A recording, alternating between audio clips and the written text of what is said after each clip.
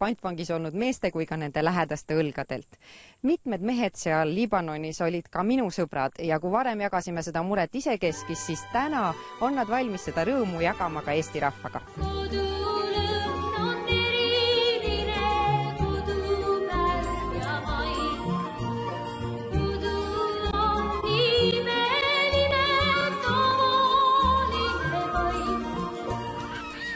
Annika, kes ootas pikki silmi koju oma elukaaslast ja 2 lapse isa Jaan Jagomäge, kuulis rõõmustavat uudist täna varahommikul.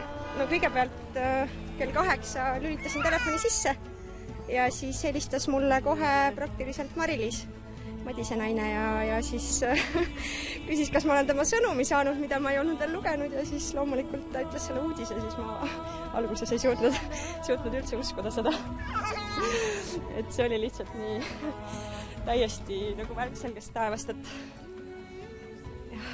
kas lapsed veel magasid? Jah, tähendab, Jarek oli üleval ja siis Piive magas ja siis me kohe avasime šampuse ja tähistasime ja istutasime aianurka ühe pisikese tamme Jaani auks. Kas sa oled Jaani endaga ka saanud rääkida? Jah, ta hommikul millalgi sai mu kätte, et vist oligi see, et kõik mulle helistasid ja siis oli telefon kinni ja lõpuks ta sai siis kätte. Ja oli selline lühikene kõne. Ja mida ta ütles? Ma ei kujuta ette, kui sa kuuled oma mehe häält üle pika aja telefonist. No see, kuidas ta juba alustas, see oli palju tõotav. Et ta ütles tšau musi ja kuna ta ei ole selline eriline jutumees ja ei kasuta väga selliseid väljendeid ka eriti tihti, siis ma sain nagu kohe aru, et kõik saab korda, et isegi kui me oleme siin olnud mures ja pabistanud, et mis saab ka siis, kui nad tagasi tulevad, et ei tea ju, mida nad on seal üle elanud, siis oli kohe selline tunne, et kõik saab korda. Ma tema käest nagu ei jõudnudki midagi küsida, sest tema oli see, kes kohe küsis, et kuidas teil seal läheb ja kuidas lapsed on ja palus kallistada lapsi. Mida ka Jaan enda kohta rääkis? Kuidas ta ütles, me oleme vabad ja kõik on korras või kuidagi niimoodi ütles.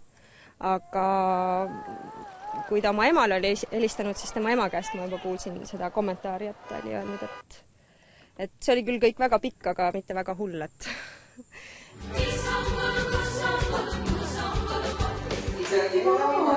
Vaata, issi on see. Vaata, kohe näitad issi. Vaata, näe siin.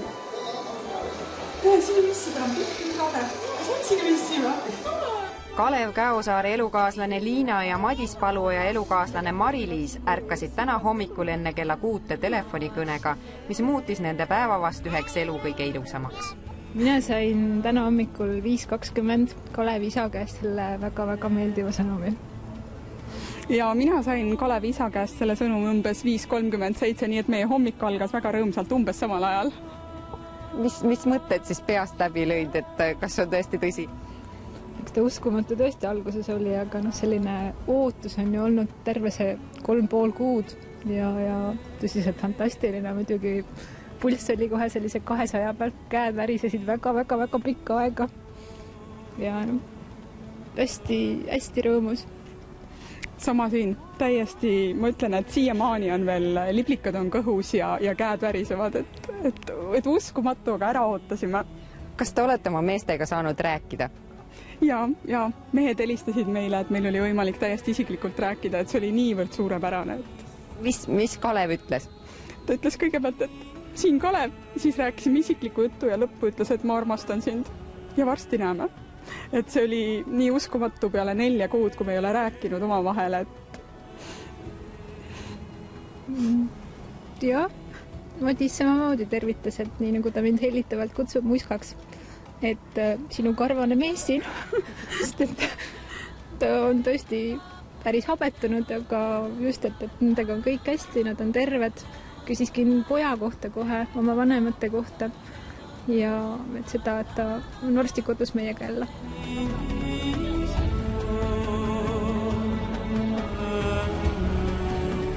Võib vaid ette kujutada Jüri Käosaare rõõmu, kui tema pantvangis olnud poeg Kalev täna varahommikul helistas ja ütles järgmised sõnad. Esimesed sõnad olid oleme vabad. Jüri kinnitab, et ta ei kaotanud kordagi lootust, et poeg tagasi tuleb.